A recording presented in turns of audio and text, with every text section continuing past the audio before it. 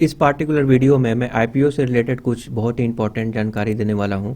तो मान लीजिए आपने किसी भी आईपीओ के लिए अप्लाई किया और आईपीओ को अप्लाई करने के लिए आपने मान लीजिए कि नोटिफिकेशन आया, मे बी गूगल पे, फ़ोनपे, अमेज़न पे, पेटीएम, जो कोई भी आप यूपीआई का एप्लीकेशन यूज कर रहे हैं वहाँ पे एक नोटिफिकेशन आएगा अप्रूव करने के लिए।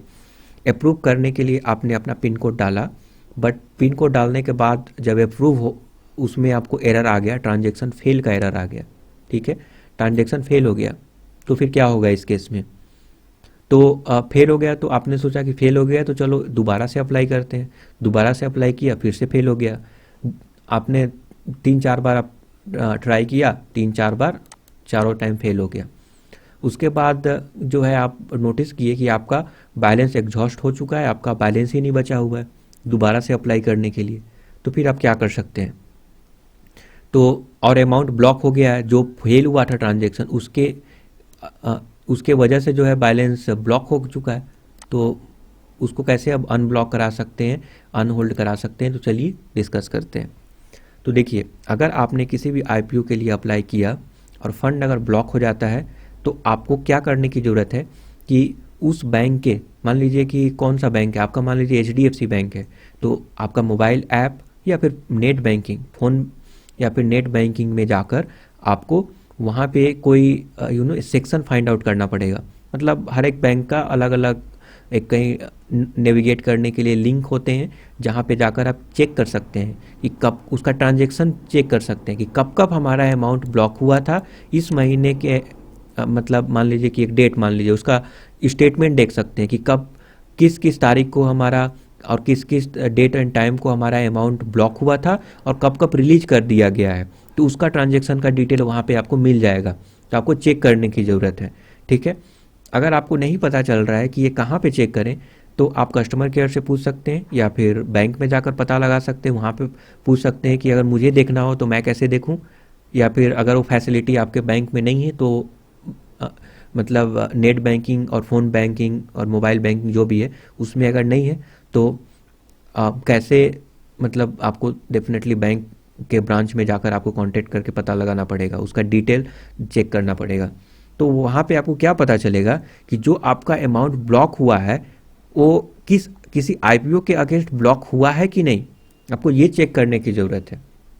ठीक है, अगर किसी आईपीओ के वहाँ पे ट्रांजैक्शन आईडी वगैरह भी शो कर देता है, अगर कुछ उस आईपीओ जो आईपीओ के लिए अप्लाई कर रहे थे उसके अगेंस्ट ब्लॉक हुआ है तो फिर आपको घबराने की ज़रूरत नहीं है। ठीक है, तो इसका मतलब क्या है कि जब अलॉटमेंट होगा तो उसको कंसीडर किया जाएगा, अलॉटमेंट डे के दिन उसको कंसीडर किया जाएगा। मतलब अलॉटमेंट हो सकता है, पूरा पूरा चांसेस है कि मतलब कंसीडर किया जाएगा, मतलब हो भी सकता है नहीं भी हो सकता है, बट डेफिनेटली कंसीडर किया जाएगा। जैसे मिल भी सकता है वहाँ पर, तो आपको घबराने की ज़रूरत नहीं है।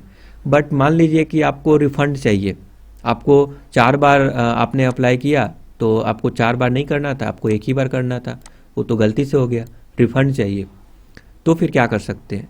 तो फिर जो भी ब्रोकर का एप्लीकेशन यूज कर रहे हैं, may be Zerodha, Upstox, angel broking, grow app, जो भी है, वहाँ पर जाकर आपको कैंसिल करना पड़ेगा उस आईपीओ को, उस आईपीओ के एप्लीकेशन को। कैंसिल करेंगे तो ये फंड अनब्लॉक कर दिया जाएगा। कब? 24 आवर के अंदर अनब्लॉक कर दिया जाएगा। ठीक है, तो जो भी अमाउंट ब्लॉक था वो अनब्लॉक कर दिया जाएगा जब आप कैंसिल करेंगे तो एक और क्वेश्चन कि मान लीजिए कि कैंसिल मैं वहाँ पर किया उस एप्लीकेशन में, बट अभी भी जो है हमारा ब्लॉक है, तो फिर क्या करें? तो देखिए, इसका मतलब ये है कि कैंसिल आपने उस एप्लीकेशन में किया, बट वो एप्लीकेशन जो एपीआई फायर करना था, मीन्स वो एप्लीकेशन जो है लिंक ही नहीं हुआ आपका आईपीओ से।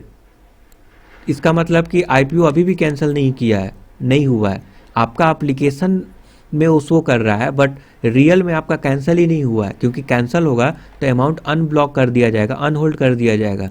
जब आपका अमाउंट अनहोल्ड नहीं हो रहा है अगर कैंसिल करने के बावजूद भी, तो इसका मतलब ये है कि आपका ब्रोकरेज जो है कनेक्ट ही नहीं हुआ वहाँ से और कैंसिल ही नहीं हुआ, भले ही यहाँ पे कैंसिल शो कर रहा है, तब भी उसको कंसिडर किया जाएगा अलॉटमेंट के बाद, अलॉटमेंट डे को कंसिडर किया जाएगा, क्योंकि वो कैंसिल हुआ नहीं है। आपके एप्लीकेशन में कैंसिल दिखा रहा है बट रियल में कैंसिल नहीं हुआ है, क्योंकि ये उसके साथ कनेक्ट ही नहीं हुआ। ये सब टेक्निकल इश्यूज हैं उस ब्रोकर के ऐप में, ठीक है। तो इसमें आपको कब रिफंड मिलेगा, तो जाहिर सी बात है अलॉटमेंट के 1-2 दिन बाद जो भी उनका ट्रांजैक्शन जो होल्ड है उसका जो रिफंड का डेट होता है, उस डेट को जो सबको जैसे मिलता है उसे आपको भी मिल जाएगा। आपको उसमें घबराने की ज़रूरत नहीं होगा, क्योंकि बहुत ही स्ट्रिक्ट लॉ है। अगर आपका फंड इधर से उधर कहीं भी जाता है, अगर नहीं मिलता है तो उन लोगों को भारी कीमत चुकाना पड़ेगा, तो डेफिनेटली अनब्लॉक हो ही जाएगा अलॉटमेंट के बाद, तो उसमें कोई इश्यूज़ नहीं है। तो मैं आशा करता हूँ ये जानकारी पसंद है। अगर फिर भी किसी प्रकार का डाउट है तो आप कमेंट करके पूछ सकते हैं।